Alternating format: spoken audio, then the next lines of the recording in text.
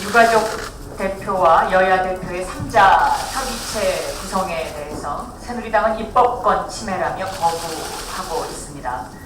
그러나 대한민국 국회는 첨예한 사회적 쟁점에 대해서 여야와 이해 당사자의 협의를 통해서 문제를 해결해 왔습니다. 이것이 대의민주주의이며 국민 의견을 수렴하는 절차입니다. 3자 협의체를 제안한 것은 여야와 유가족의 협의를 통해서 불신과 갈등의 벽을 넘어서 진실을 밝히는 곳으로 진입하자는 것입니다.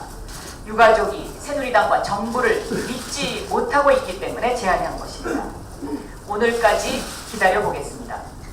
오늘이라도 새누리당이 진심으로 유가족 대표를 만나서 얘기를 들어봐야 합니다.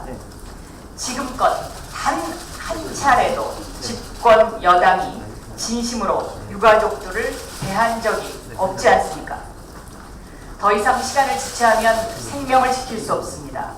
안 된다고만 말하지 말고 함께 협의할 수 있는 것을 만들기 위한 대화를 시작하는 것이 바로 정치입니다. 세월호 참사의 진실을 밝히기 위한 3자 협의체 구성에 대해서 새누리당이 오늘까지 답이 없다면 더 이상 방법이 없어 보입니다. 새누리당은 또 여야 합의 불이행에 대해서 사과가 없었다고 말합니다. 사과해야 할 일이라고 생각합니다. 그러나 새누리당과 박근혜 대통령 7월 16일 본회의 통과 약속도 그리고 김무성 대표의 특검 추천권 약속도 그 어떠한 약속도 지금까지 지킨 것이 있습니까?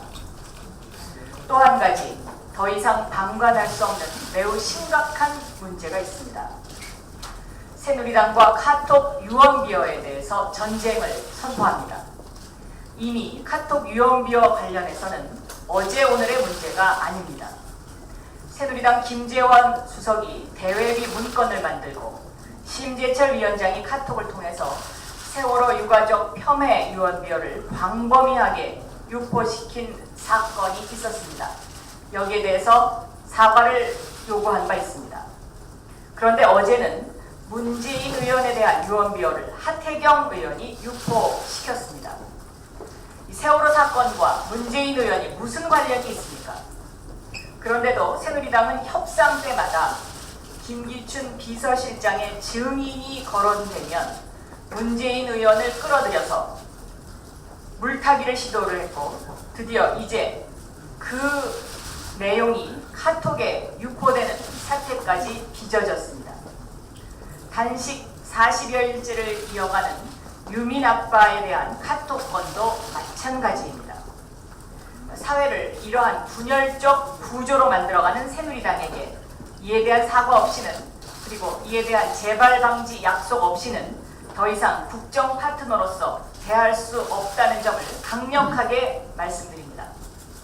아마 이대로 간다면 내일 카톡으로는 만약 국정감사가 지연된다면 이 비용 손실액을 야당 탓으로 돌리는 내용이 돌아다닐 것입니다. 이것은 야당 말살 정책입니다. 더 이상 좌시할 수 없습니다. 카톡 유언비어 유포에 보이지 않는 손, 유포 부대가 무법천지로 사회를 분열시키고 있는 현상, 이것은 범죄 행위입니다.